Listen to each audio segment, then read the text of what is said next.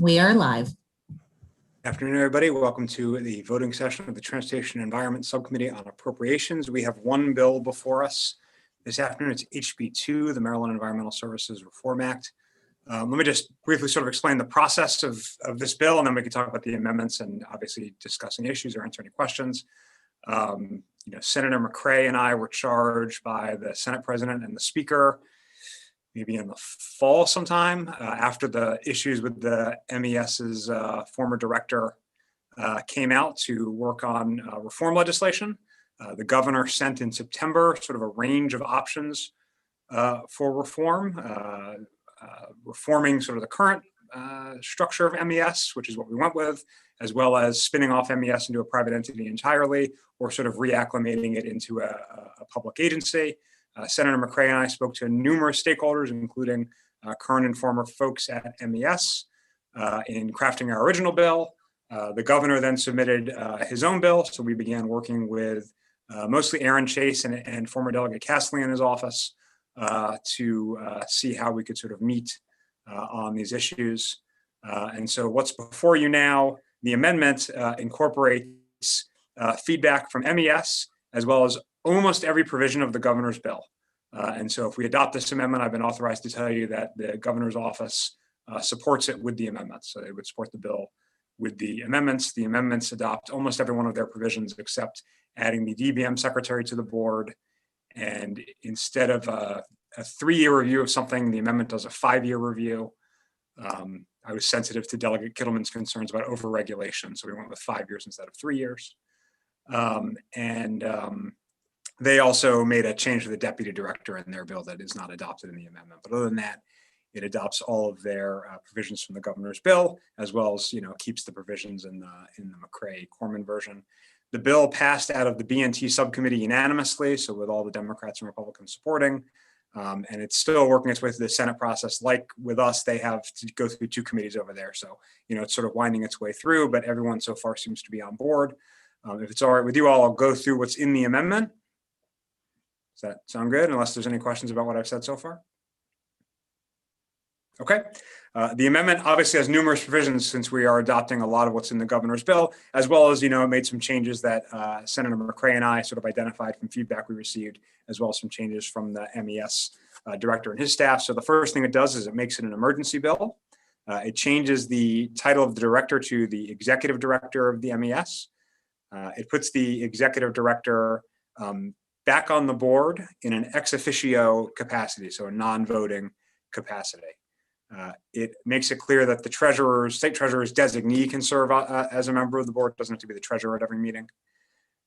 It requires certain types of experience for the private members of the board who are appointed by the governor with the advice and consent of the Senate, and also clarifies that one should come from a rural county, which was an amendment from our friend Senator Edwards from Western Maryland, to make sure there was rural representation on the board. It limits to 2 consecutive terms the service of board members. It requires the executive director to report at the monthly board meetings $500 or more in their personal expenses, sort of report out, which the executive director is already doing. That's something Dr. Glass began doing on his own that he asked that we include in the bill.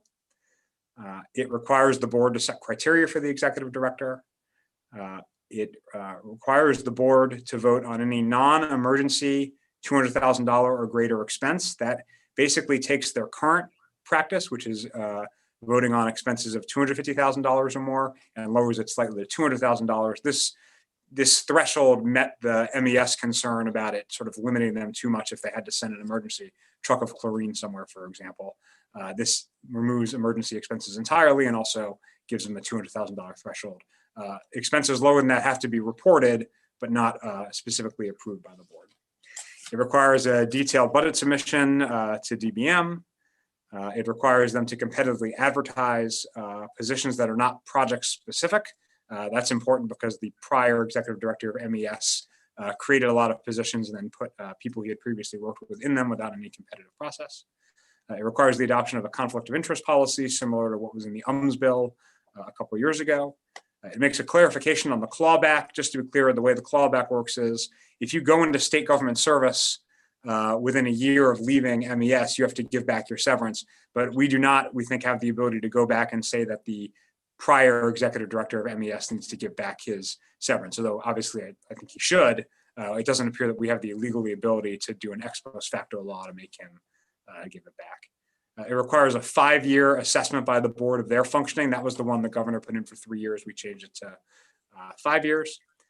It adds an exemption from BPW review of MES contracts to federal government services. We had already, basically, we wanted the BPW to be reviewing the administrative contracts of MES, not all the different projects that are done by MES. And so this just makes clear that that includes federal government projects.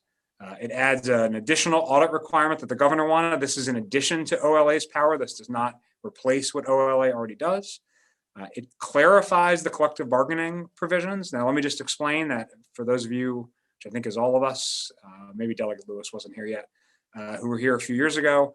We passed MES collective bargaining, I think in 2016, it was Delegate Young's bill. That bill has had no effect because of part of the way that bill was drafted. It just did not have legal effect. So this cleans that up. Appreciate that not all of you probably supported the MES collective bargaining bill at the time, but that's already the law. This just clarifies the existing law to give it effect. So that is what is in the omnibus amendment. I mean, I'll just say, for the purposes of moving the amendments, Amendment 1 is technical. Amendment 2 does all of those things that I just named. I would move the amendments. Second. Great. So there's a second. Is discussion on the amendments. Delegate Metzger? Good. I'm good. Okay. All in favor of the amendments signify by saying aye. Aye. Aye. Anyone will be opposed to the amendments? Okay, that's the amendments. Move the bill. Second. Move the bill as amended. I'll take that as a Delegate Krim moved the bill and Delegate Kittleman, I think, seconded it. So great. Discussion on the bill. Okay. All in favor of the bill as amended signify by saying aye. Aye. Anyone opposed? Great. Well, thank you all. Obviously, we have a few more bills in the pipeline for the subcommittee, but none are ready for, I think, our consideration yet. But if there's any that are hanging out there that you have any questions about, obviously, you know how to reach me anytime. I'm certainly not shy about texting you all, so feel free to text back. I could use the company. Everybody good? Good. Okay. Well, with that, I think we are adjourned, and I will see you all on a Zoom box tomorrow. Bye, everybody.